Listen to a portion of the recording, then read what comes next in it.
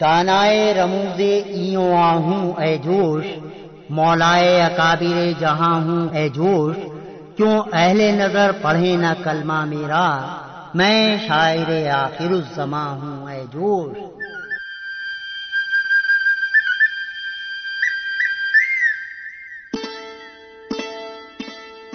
اردو شعر و ادب میں بولتی ہوئی زبان کے نغمہ سروش شبیر حسن خاں جوش نے خود کو شاعر آخر الزماں کہنے میں بظاہر تعلی سے ضرور کام لیا ہے، لیکن اس لہجے میں ان کا اپنا استحکام بھی ہے اور دوام بھی۔ جوش تہذیب اردو کے درون اور ستون کا نام ہے۔ جوش کی حیات اور صفات کے پہلو کثیر الجہات ہیں۔ گزشتہ 100 برس سے اس شاعر شباب اور شاعر انقلاب کا رومانی، ایمانی، سماجی، سیاسی اور انقلابی لہجہ اردو کے حوالے سے بر صغیر ہند و پاک کے کانوں میں گونج رہا ہے۔ کام ہے میرا تغیر، نام ہے میرا شباب، میرا نعرہ انقلاب و انقلاب و انقلاب۔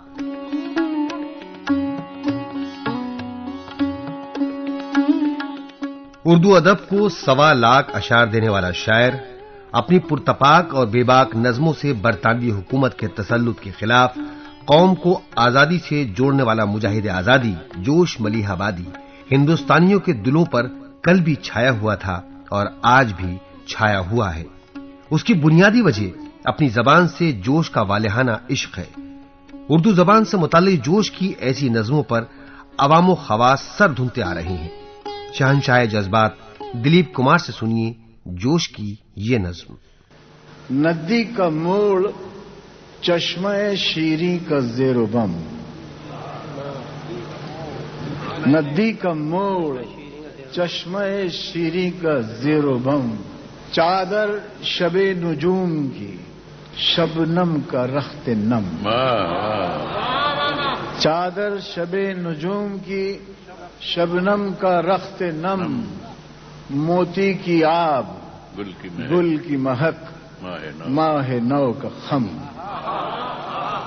موتی کی آب گل کی مہک ماہ نو کا خم، ان سب کے امتزاج سے پیدا ہوئی ہے تو، اور کتنے حسین افق سے ہویدا ہوئی ہے تو، لہجہ ملی ہے لہجہ ملی ہے کہ نمک خوار ہوں تیرا، آزاد شعر ہوں کہ گرفتار ہوں تیرا، تیرے کرم سے شعر و سخن کا امام ہوں اور شاہوں پہ خند زن ہوں کہ تیرا غلام۔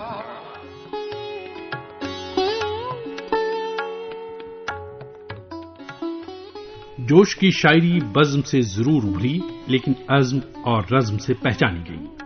اس کی طلب داد نہیں رہی، جہاد رہی ہے۔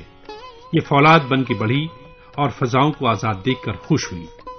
سلطانی جمہور کے نور سے معمور جوش کی شاعری کے 21 مجموعے جو جنون و حکمت ہے، اس کے نقش و نگار طلوع فکر اور موجد و مفکر ہو کر رامش و رنگ میں ڈھلے ہیں۔ جوش نے سنبل و سلاسل سے فکر و نشاط کی نئے جہان مانی تلاش کی، جو شعلہ و شبنم کی طرح آزادی وطن کی تحریک میں آیات و نغمات ثابت ہوئے۔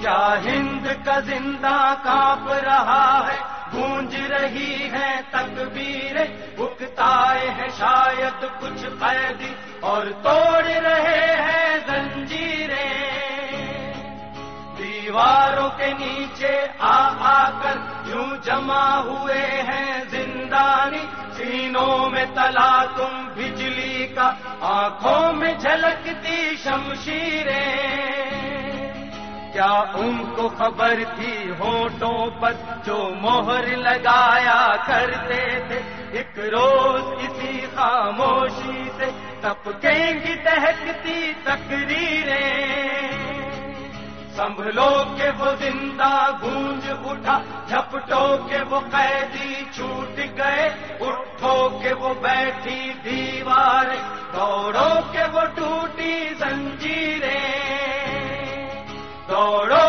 کہ وہ ٹوٹی زنجیریں، دوڑو کہ وہ ٹوٹی زنجیریں، دوڑو کہ وہ ٹوٹی زنجیریں۔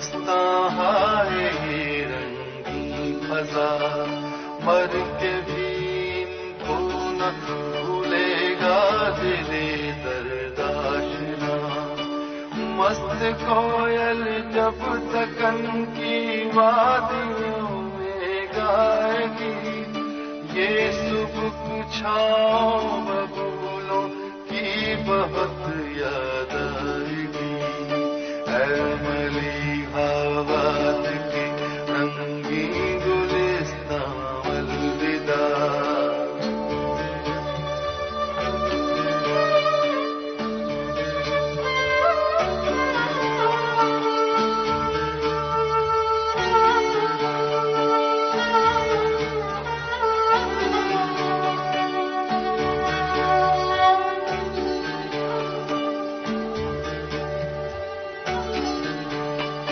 کل سے کون اس باغ کو رنگی بنانے آئے گا کون پھولوں کی ہنسی پر مسکرانے آئے گا کون اس سبزے کو سوتے سے جگانے آئے گا کون ان پودوں کو سینے سے لگانے آئے گا کون جاگے گا قمر کے ناز اٹھانے کے لیے چاندنی راتوں کو زانوں پر سلانے کے لیے اے ملی آباد کے رنگین گلستان الوداع۔ علم طلبی جوش کے مزاج میں بسی ہوئی تھی۔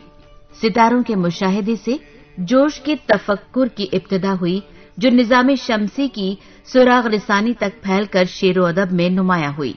اپنے بچپن کا ذکر کرتے ہوئے جوش نے لکھا ہے، تارے دیکھ کر میں بار بار سوچتا تھا کہ یہ ہیں کیا، ان کی چمک دمک کا راز کیا ہے، انہیں کس نے بنایا اور کیوں بنایا۔ شاید یہ ستارے ہی ہیں جو سب سے پہلے بچوں کا دل موہ کر ان سے پوچھتے ہیں، ننے میاں بھلا بتاؤ تو ہم کیا ہیں؟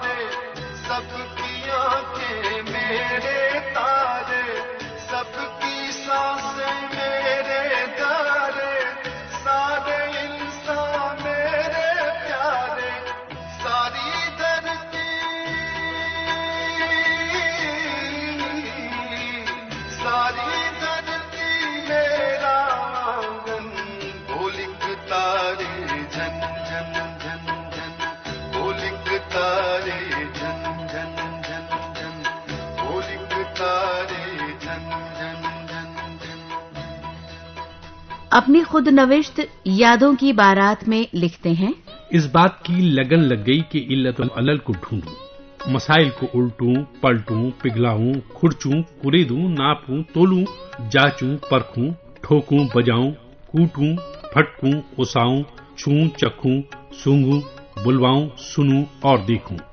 ایسی ہی بولتی ہوئی نثر کا آغاز جوش نے روح ادب کے عنوان سے کیا۔ جوش جو مقفع اور مسجع لفظ برتتے تھے، ان کے پیچھے معنی کا ایک جھرمٹ چلتا ہوا محسوس ہوتا۔ جوش کو ابتدائی تعلیم دینے والوں میں اردو کے نامور ڈرامہ نگار مرزا ہادی رسوا کا بھی اہم رول رہا، جنہوں نے جوش کو عربی اور فارسی پڑھائی۔ سن 1913 میں جوش نے علی گڑھ کے MAO کالج کو جوائن کیا اور سن 14 میں سینٹ پیٹرز کالج آگرہ سے ڈگری حاصل کی۔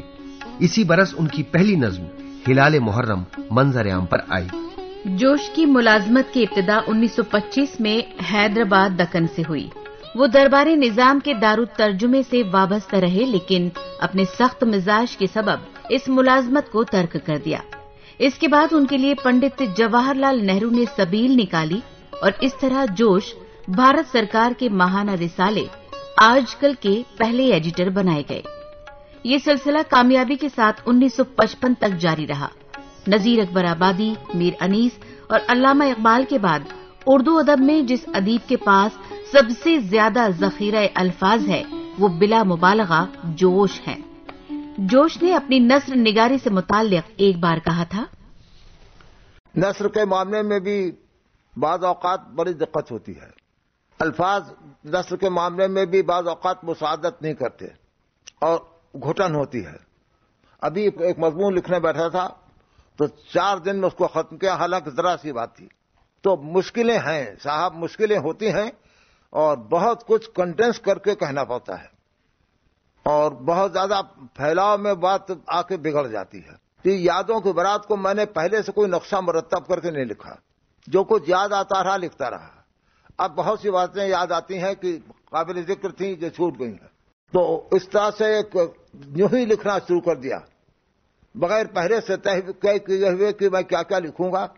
تو اس میں بہت سی قابل ذکر باتیں رہ گئیں اور بہت سی باتیں ایسی آ گئی ہیں جو اور بھی اختصار ہوتا تو بہتر تھا۔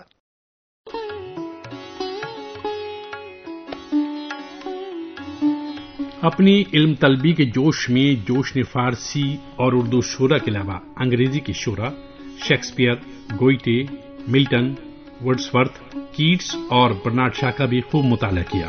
ان مطالعوں کے بعد جوش نے اپنی شاعری کا محور ہی بدل دیا۔ دل رسم کے سانچے میں نہ ڈھالا ہم نے، اسلوب سخن نیا نکالا ہم نے، ذرات کو چھوڑ کر حریفوں کے لیے خورشید پہ بڑھ کے ہاتھ ڈالا ہم نے۔ باقی نہیں ایک شعور رکھنے والا، صحبائے کہن سال کا چکھنے والا، کیا اپنے معنی کا میں رونا روں، الفاظ نہیں کوئی پرکھنے والا۔ جوش کی شخصیت دبستانی ہونے کے ساتھ ساتھ لفظ و معنی کے حوالے سے کل ستانی بھی تھی۔ الفاظ کے زیر و بم اور بیانیہ کے بھرم کا انہیں ہر قدم پر خیال رہتا، چنانچہ انہوں نے انٹرویوز میں بھی اپنے خیالات اور نظریات کو واضح طور پر بیان کیا۔ جوش کا ایک ایسا ہی تاریخی انٹرویو ملاحظہ کیجیے جو ان کے نظریہ فن کا عکاس ہے۔ اپنے باب میں کچھ عرض کرنا سب سے زیادہ مشکل کام ہے۔ اگر انکسار فرماتا ہوں تو جھوٹ ہوگا، اور اگر جو خیالات میرے اپنے متعلق ہیں اس کا اعادہ کرتا ہوں تو وہ خود ستائی ہوگی۔ تو اب یہ مشکل ہے کہ نہ میں خود ستائی کرنا چاہتا ہوں نہ غلط بیانی کرنا چاہتا ہوں۔ میں اپنے کو ایک مجموعہ اعزاز شخص سمجھتا ہوں، گہے بر تارم اعلیٰ نشینم، گہے بر پشت پائے خود بینم۔ اس بربت سخن میں ہے کس کی صدا نہ پوچھ، مجھے معلوم نہیں میں نے کیوں کر شعر کہنا شروع کیا، مجھے معلوم نہیں۔ میرے دماغ کی ساخت ایسی واقع ہوئی تھی، کیوں واقع ہوئی تھی یہ تو بڑا لمبا سلسلہ ہے۔ کیا کیا عناصر ترکیبی مجھ میں تھے، آبائی اثرات کیا 3 پشتوں سے کیا کیا آ رہے تھے۔ میں نے 9 برس کی عمر سے شعر کہنا شروع کیا۔ میں سمجھتا ہوں کہ میں اس وقت تو گور غریبہ میں شعر خوانی کر رہا ہوں۔ اللہ ماشاءاللہ میرے سمجھنے والے نہیں ہیں. کیا اپنے معنی کا میں رونا رہوں، الفاظ نہیں کوئی پرکھنے والا. مشکل تو یہ ہے، مگر آئندہ میں سوچتا ہوں کہ جب نسل انسانی کی سطح ذہن بلند ہوگی تو میرے شعر کی قدر کی جائے گی. جیسے مرزا غالب کا شہرت شعرم گیتی باد من خواہ حسن. اب یہ ہے کہ میں اپنے شعر کے متعلق کبھی مجھے یہ گمان نہیں ہوا کہ میں صاحب کمال ہوں. جس لمحے کسی شخص کو کسی فن میں یہ خیال پیدا ہو جائے کہ میں صاحب کمال ہوں، اسی لمحے اس کا تنزل شروع ہو جاتا ہے. میں اپنے نقص سے ہمیشہ واقف ہوں. میں نے جس طرح معمولی شفق کو دیکھا ہے وہ اس کا 20 یا 25% کہہ سکا ہوں، 80% میرے دل میں رہ گیا. کون سمجھے شعر یہ کیسے ہیں اور کیسے نہیں؟ دل سمجھتا ہے کہ جیسے دل میں تھے ویسے نہیں. میں نے اپنے احساسات کو آج تک بیان کرنے کی ناطاقتی کو محسوس کیا ہے. خیالات جو ہیں وہ لا تعد لا تحصى ہے. خیالات کا کوئی شمار نہیں ہے. الفاظ انہی گنی سواریاں ہیں. ہمارے لاکھوں خیالات مفلوج ہو کر رہ جاتے ہیں سواری نہ ملنے کے بنا پر. سواریاں نہیں ہیں، سواریاں نہیں ہیں. سوار کروڑوں اربوں ہیں، پھس کے دماغ میں رہ جاتے ہیں، ان کو سواری نہیں ملتی. الفاظ کی قلت نے مارا ہے. الفاظ لرس کے ڈال دیتے ہیں سپر جس وقت گزرتی ہے معانی کی سپاہ. تو مجھے ہمیشہ اس کا افسوس رہتا ہے، شرمندگی رہتی ہے کہ جو کچھ میں نے سوچا ہے میں بیان نہیں کر سکتا ہوں.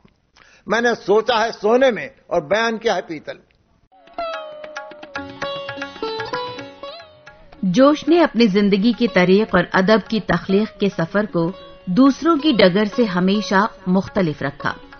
وہ برطانوی تسلط کے خلاف اس وطن پرست گھرانے کے فرد تھے جس میں 3 پشتوں سے سامراجیت کے خلاف ببانگ دہل آواز بلند ہوتی رہی تھی. آزادی کے پیروں میں پڑی ہوئی ہر زنجیر کو توڑ دینا جوش کی فطرت میں شامل رہا. وہ ایک فرد نہیں، ایک انجمن تھے. وہ ایک تحریک ہی نہیں، ایک طوفان تھے جو اپنی تحریروں سے ظلم و جور کے خس و خاشاک کو اڑا دینے کا فن جانتے تھے. جوش کے اس انقلابی مزاج پر کربلا کے شہید انسانیت حضرت امام حسین کے انکار بیعت کا سایہ تھا. عرب کے ظالم بادشاہ یزید کی بربریت کے خلاف امام حسین کی ہمت و شہادت جوش کی شاعری کی بنیاد رہی ہے. جوش نے اس کا اعتراف فخر کے ساتھ کیا ہے. کیا صرف مسلمان کے پیارے ہیں حسین؟ چرخے نوع بشر کے تارے ہیں حسین. انسان کو بیدار تو ہو لینے دو، ہر قوم پکارے گی ہمارے ہیں حسین.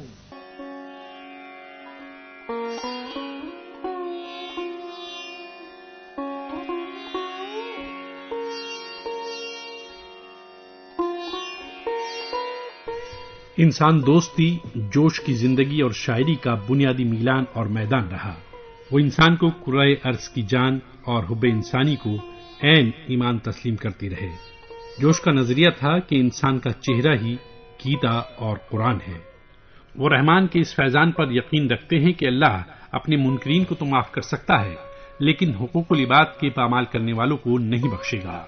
اسی نظریہ فکر کے تحت جوش اپنی تحریروں اور تدبیروں میں ظالم کے خلاف مظلوم کے ساتھ کھڑے دکھائی دیتے ہیں. ان کے جذبہ حب انسانی کا رخ جمال یار کی طرف کم بلکہ براہ راست دار کی طرف زیادہ جاتا ہے. محبت کے ضمن میں جوش کہتے ہیں کہ عشق کا عقاب پیس و فرحات کے سروں پر اڑتا ہے اور حب انسانی کا قرآن رحمت للعالمین کے دھڑکتے ہوئے دل پر نازل ہوتا ہے. جوش کی مظلوم نوازی رحمت للعالمین، ان کے لا سیف جانشین اور پھر ان کے امین نواسے اور کربلا میں 3 دن کے بھوکے پیاسے شہید حضرت امام حسین کے حق نواز جادے اور پختہ ارادے سے مربوط رہی. یہ دوسری بات ہے کہ جوش پر کفر کے فتوے بھی صادر ہوتے رہے لیکن اپنے انداز سے اپنے دیندار ہونے کی وضاحت اپنی یادوں کی بارات میں جوش نے یوں کی ہے. آج بھی میرے دل میں دنیا کی تمام بانیان ادیان کا بے حد احترام ہے.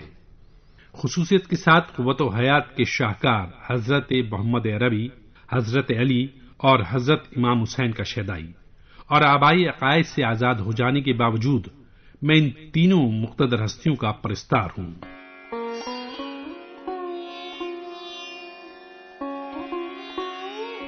شاعری کی جملہ اصناف پر جوش نے اپنی الگ چھاپ چھوڑی ہے. ان کے الفاظ فرنگوں اور ترنگوں سے کھیلے ہیں. غزل، نظم، قصیدہ، ربائی، قطع، مخمس، مثلث، مسدس اور مرثیہ، ہر صنف میں جوش شاعر شباب بھی رہے اور شاعر انقلاب بھی. کربلا کی پیاس اور حب انسانی کے پیش نظر ان کا ایک مرثیہ الفاظ کے زیر و بم پر ان کے موجد و مفکر ہونے کی دلیل ہے. ہاں اے صباح طبع شب تار سے نکل، اے فکر سوئے آب خضر گنگنا کے چل، اے کل کے نغمہ بار برستی گھٹا میں ڈھل، اے چشمہ تخیل برگ آفریں ابل، جس میں ہو رقص و رنگ و روانی کی داستاں، اے دل کی آگ چھیڑ وہ پانی کی داستاں، بہتی ہوئی ندی کی روانی کا جل ترنگ، متوالیوں کے دل کی گرجتی ہوئی امنگ، سبزے کی لہر، پھول کی خوشبو، دھنک کا رنگ، آہنگ میں بھرے ہوئے مدھ ماتیوں کے انگ، اور یہ جو عود و چنگ ہیں برکھا کی رات میں، ان سب کی باغ ڈور ہے پانی کے ہاتھ میں. بادل کی چادروں میں جو الجھے تو کتھئی، کرنوں کی زد پہ آ کے جو دم کے تو چمپئی، موجوں کے مد و جزر سے ابھرے تو سردئی، لکوں کی ظلمتوں میں جو ڈوبے تو اگرئی، گرجے جو ابر میں تو فلک چہچہا اٹھے، انگڑائی لے تو سر پہ دھنک چہچہا اٹھے. صد حیف کربلا میں وہی آب خوشگوار، جس پر حیات نو بشر کا ہے انحصار، جس کے بغیر آتش سوزاں ہے روزگار، بچتا ہے جس کے تار پہ انفاس کا ستار، جس کا علم ہے بارگاہ مشرقین پر، اہل جفا نے بند کیا تھا حسین پر. اس حادثے پہ آج بھی گریاں ہیں بحر و بر، اللہ یہ تلاطم پرہول جو شر، یہ کفر الحفیظ، یہ عدوان الحذر، پانی سی چیز بند ہو وہ بھی حسین پر، مولا کسی پہ کوئی نہ ایسی جفا کرے، کافر پہ بھی نہ بند ہو پانی خدا کرے.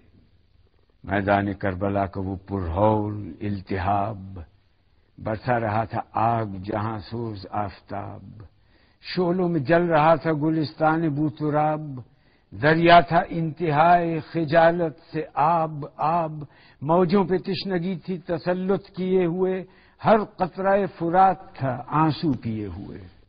ذرات آب دیدہ تھے، صحرا اداس تھا، گرداب اشک بار تھے، دریا اداس تھا، فرش زمین و عرش معلا اداس تھا، روئے مبین فاطمہ زہرا اداس تھا. گردوں کی بار غم سے کمر تھی جھکی ہوئی، گیتی کی سانس فرت علم سے رکی ہوئی. ذرات محو خواب، فضا غرق شور و شین، تپتی ہوئی زمین پر اکبر سا نور عین، اصغر کی سرد لاش پہ سیدانیوں کے بین. اے وائے برتباہی مظلومی حسین، خیمے کے در کو دیدہ گریاں کیے ہوئے، زینب کھڑی تھی بال پریشاں کیے ہوئے.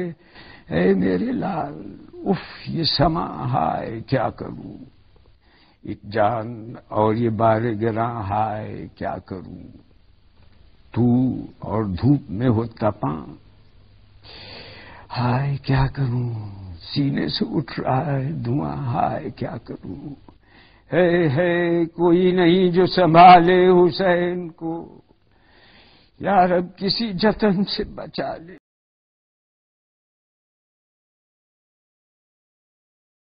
اے قلم جو بخضر حبل متین ارشاد،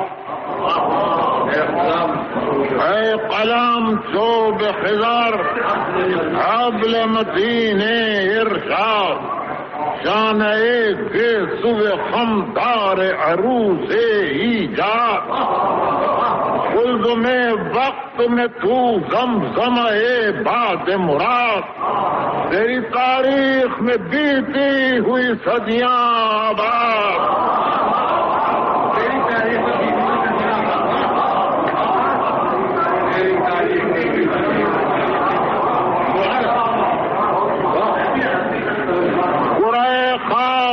صدنوار و صدا سار کے ساتھ رقص میں ہے تیری پازیب کی چرچا. مرثیے کی تاریخ اور جوش کے حوالے سے ڈاکٹر جمشید کمال.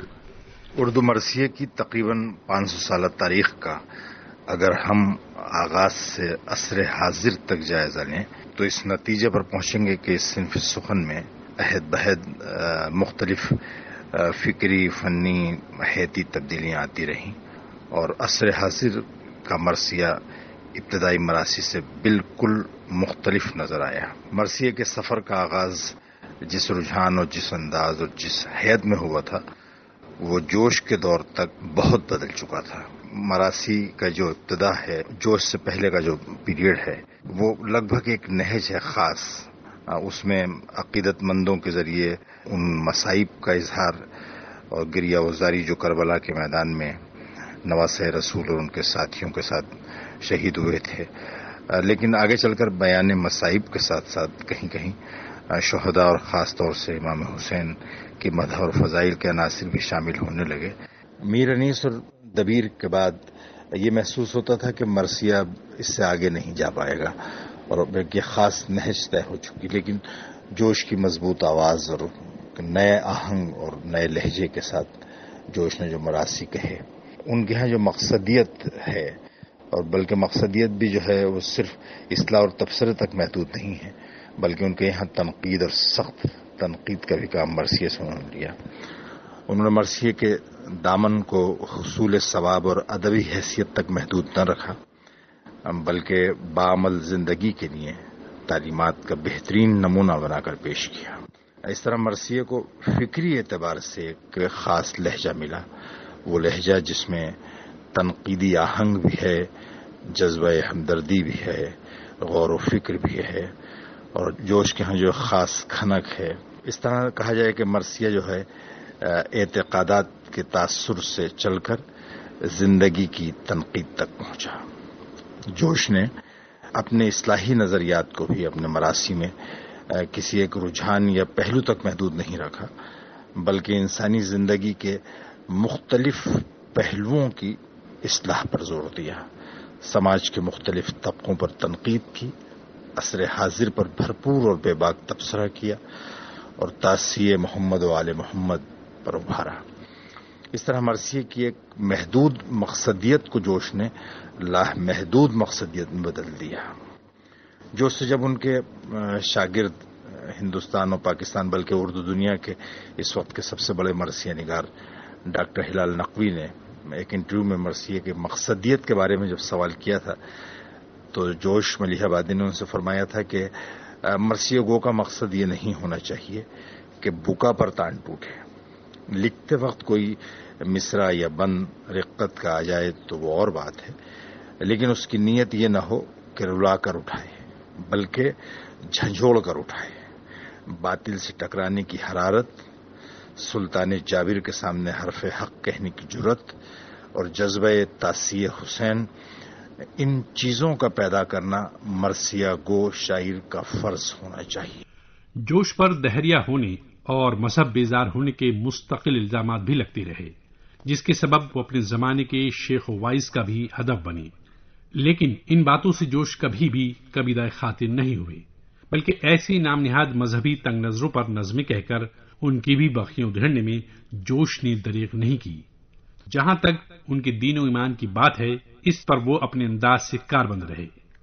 بہت کم لوگوں کو علم ہوگا کہ جوش نے قرآن کی سورہ رحمان کا بھی منظوم ترجمہ کیا ہے. ملاحظہ ہو ترجمے کے یہ دو بند: اے فنا انجام انسان، کب تجھے ہوش آئے گا، اس تمرد کی روش سے بھی کبھی شرمائے گا، کیا کرے گا سامنے سے جب حجاب اٹھ جائے گا، کب تک آخر اپنے رب کی نعمتیں جھٹلائے گا. خلد میں حوریں تیری مشتاق ہیں آنکھیں اٹھا، نیچی نظریں جن کا زیور جن کی آرائش جدا، جن و انسان میں کسی نے بھی نہیں جن کو چھوا، جن کی باتیں عطر میں ڈوبی ہوئی جیسے صبا، کب تک آخر اپنے رب کی نعمتیں جھٹلائے گا، کب تک آخر اپنے رب کی نعمتیں جھٹلائے گا. نظم، رباعی، قطع، مخمس، مسدس اور مرثیہ نگاری کے علاوہ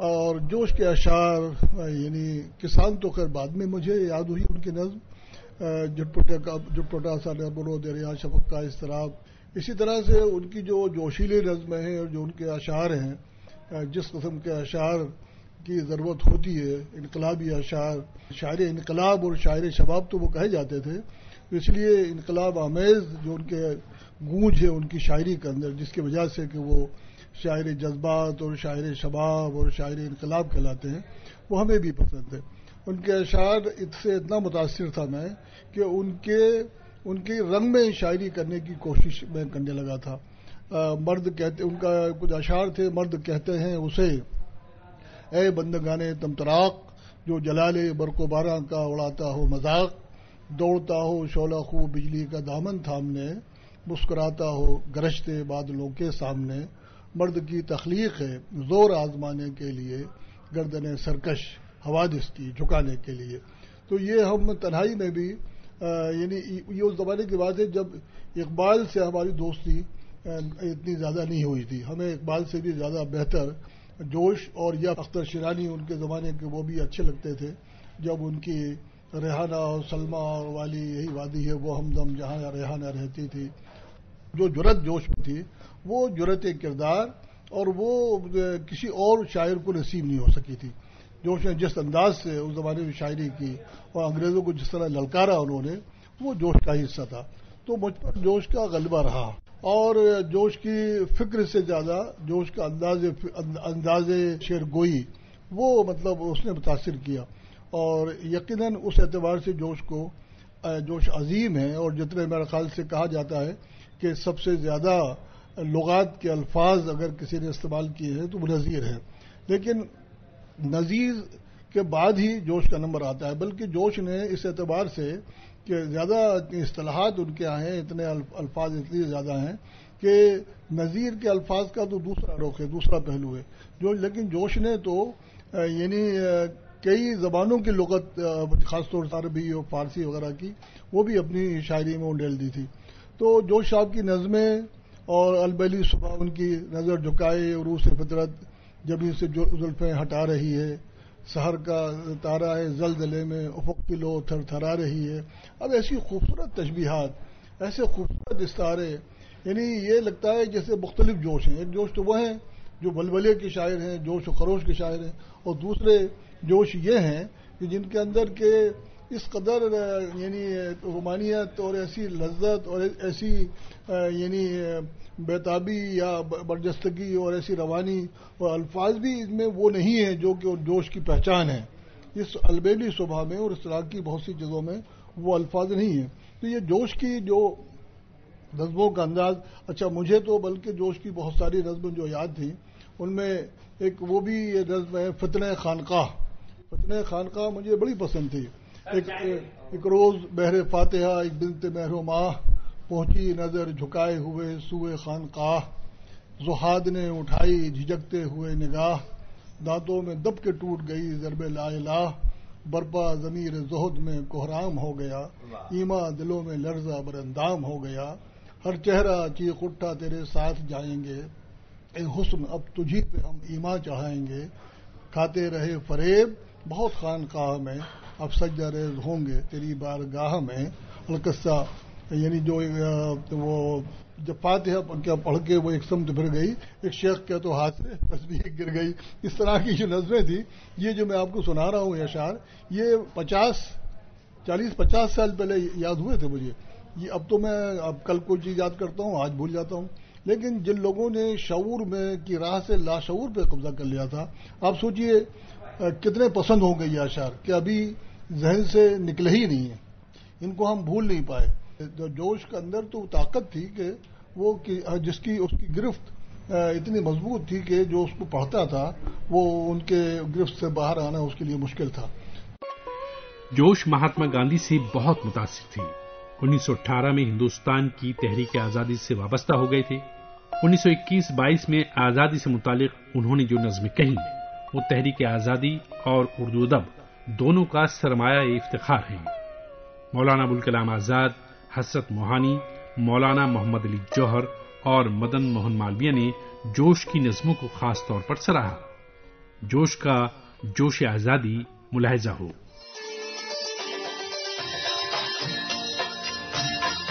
اے وطن میرے وطن روح روانی احرار، اے کہ ذروں میں تیرے بوئے چمن رنگ بہار، ریز الماس کے تیرے خس و خاشاک میں ہیں، ہڈیاں اپنے بزرگوں کی تیری خاک میں ہیں، تیرے قطروں سے سنی پروت دریا ہم نے، تیرے ذروں میں پڑھی آیت صحرا ہم نے۔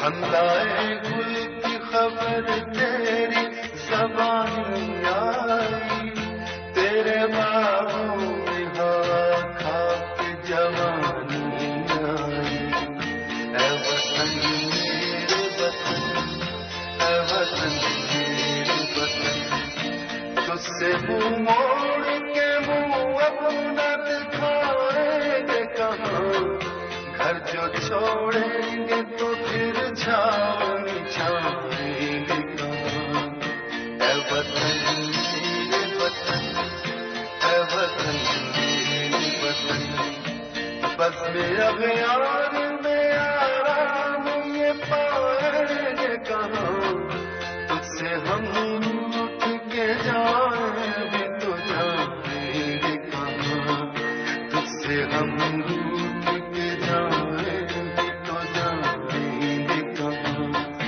تجھ سے ہم اٹھ کے جائیں بھی تو جائیں گے کہاں، اے وطن میرے وطن، اے وطن میرے وطن، اے وطن میرے وطن، اے وطن میرے وطن۔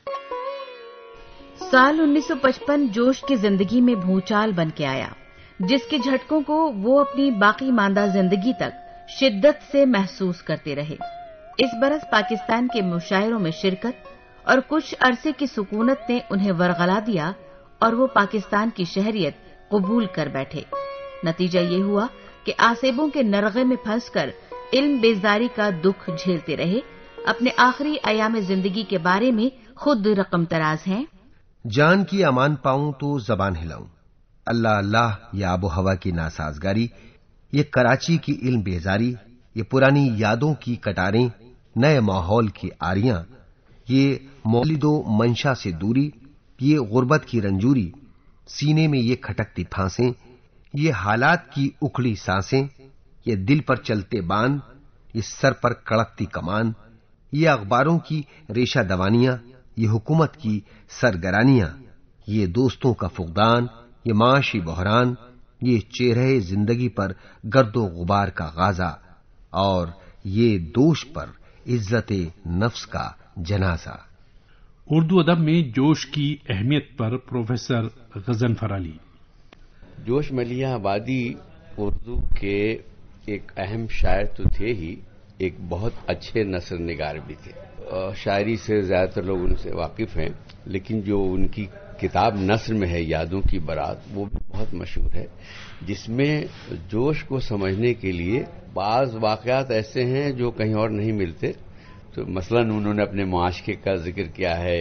جوش ملیح آبادی کی شاعری کی دو بنیادی باتیں ہیں جو ان کے ایک شعر میں آ گئی ہیں۔ کام ہے میرا تغیر، نام ہے میرا شباب، اب میرا نعرہ انقلاب و انقلاب و انقلاب۔ تو یہ دونوں باتیں اس میں ہیں، عشق و محبت کے معاملات بھی ہیں اور انقلابات کی باتیں بھی ہیں۔ جوش ایک ایسے شاعر ہیں جن کو زبان کا یا لفظوں کا بادشاہ کہا جاتا ہے۔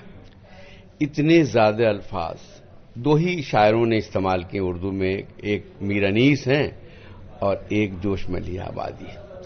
جوش ملیح آبادی نے بہت سی نظمیں لکھی، ان میں سے ایک نظم مجھے بہت اچھی لگتی ہے، ٹھنڈی انگلیاں، جس میں ایک بچہ اپنے باپ کی انگلیاں پکڑے ہوئے کہیں جا رہا ہے اور کھلونے ایک دکان پر دیکھتا ہے کچھ نہیں کہتا ہے.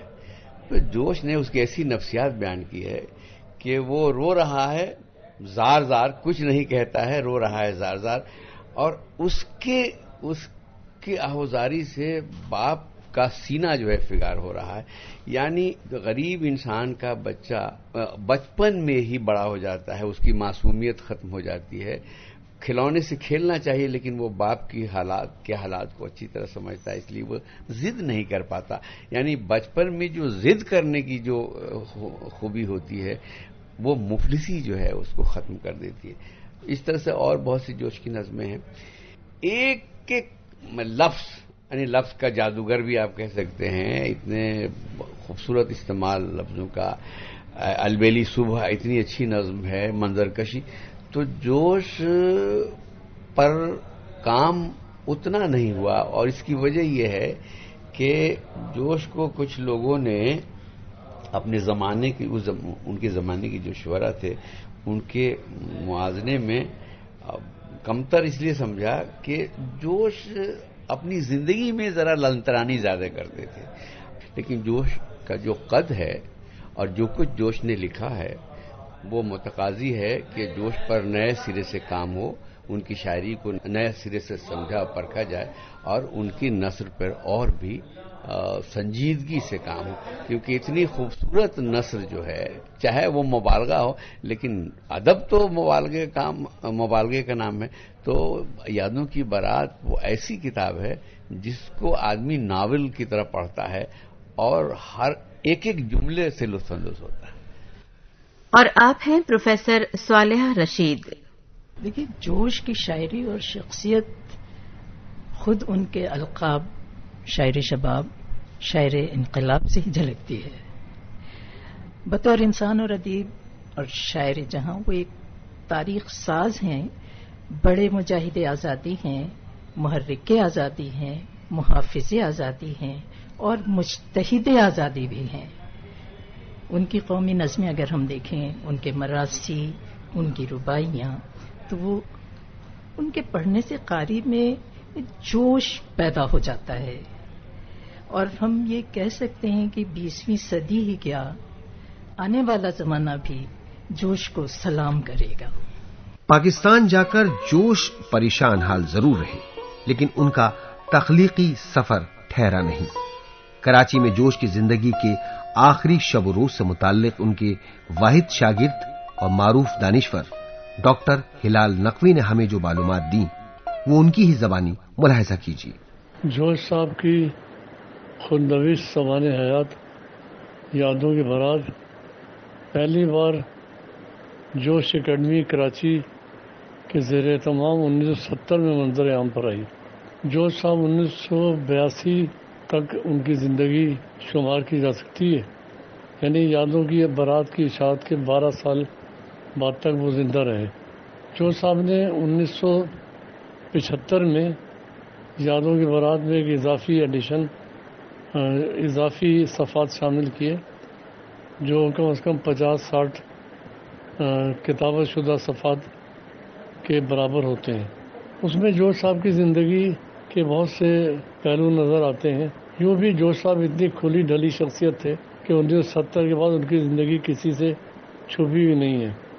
ان کے انٹرویو, ان کی مطبوعات, ان کی باتیں, ان کے مشاعرے, ان سب میں ان کی زندگی کے پہلو بہت اجاگر ہیں.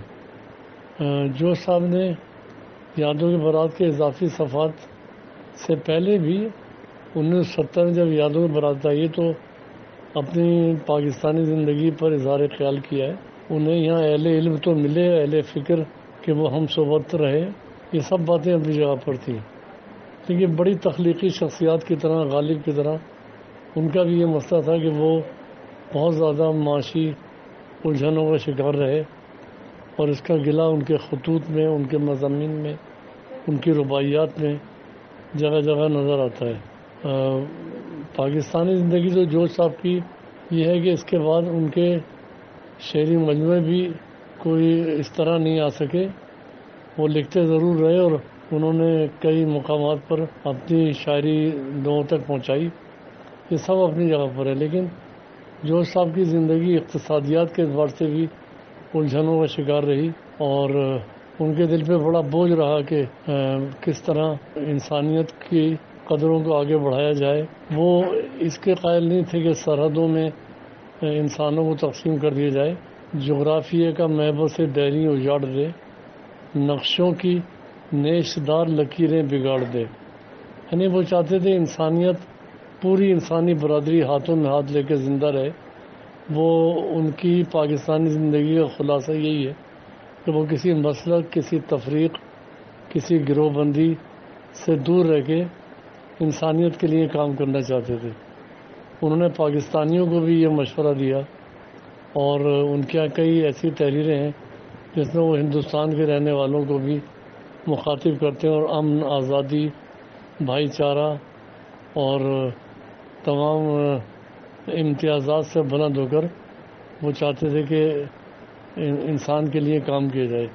یہی ان کی زندگی کا خلاصہ ہے. ذاتی زندگی کی الجھنیں ان کی اپنی جگہ پر, لیکن ایک انسانیت کی برادری کے طور پر ان کے یہاں بڑے بنیادی صداقتیں ابھر کر سامنے آتی ہیں. میری 2 کتابیں آئی ہیں. ایک تو انتقادیات جوش صاحب کی تنقیدی تحریریں جو کراچی یونیورسٹی نے شائع کیا اس کتاب کو, اور ایک کتاب میری ہے یادوں کے برات جدید ایڈیشن.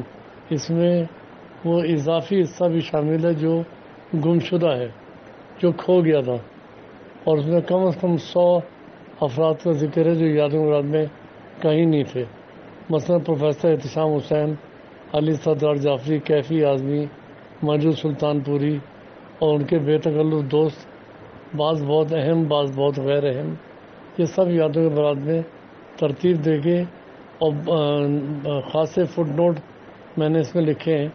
936 صفحے کتاب ہے یہ, ایک بڑے اشاعتی ادارے نے شائع کی ہے.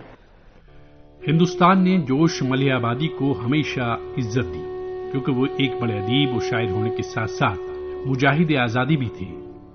حکومت ہند نے جوش ملیح آبادی کو ان کی زندگی میں پدم بھوشن کے اعزاز سے بھی نوازا, لیکن یہ ان کے نصیب کی بات تھی کہ پاکستان جا کر انہوں نے بے قدری کو جھیلا. 23 فروری 1982 کو 73 برس کی عمر میں جوش کی رحلت ہوئی اور آبائی وطن سے دور کراچی کی زمین میں پیوندے خاک ہو گئے. ان کی اپنی ربائی کا یہ مصرع, میں شاعر آخر الزماں ہوں اے جوش, وفات کا سن بن گیا اور ان کی قبر پر کندہ ہو گیا. اردو ادب میں جوش نے اپنی تخلیقیت سے روشن خیالی اور عقل پسندی کی نئی داغ بیل ڈالی ہے. یہ وہ واحد شاعر ہے جس نے تخلیق کار اور تخلیق کے درمیان پڑے ہوئے حجاب اور پردوں کو یکسر اٹھا دیا. ہم بھی اپنے اس سرسری جائزے میں جوش کے ہم نوا ہونے پر شک نہیں کر سکتے. ادب کر اس خراباتی کا جس کو جوش کہتے ہیں کہ یہ اپنی صدی کا حافظ و خیام ہے ساقی.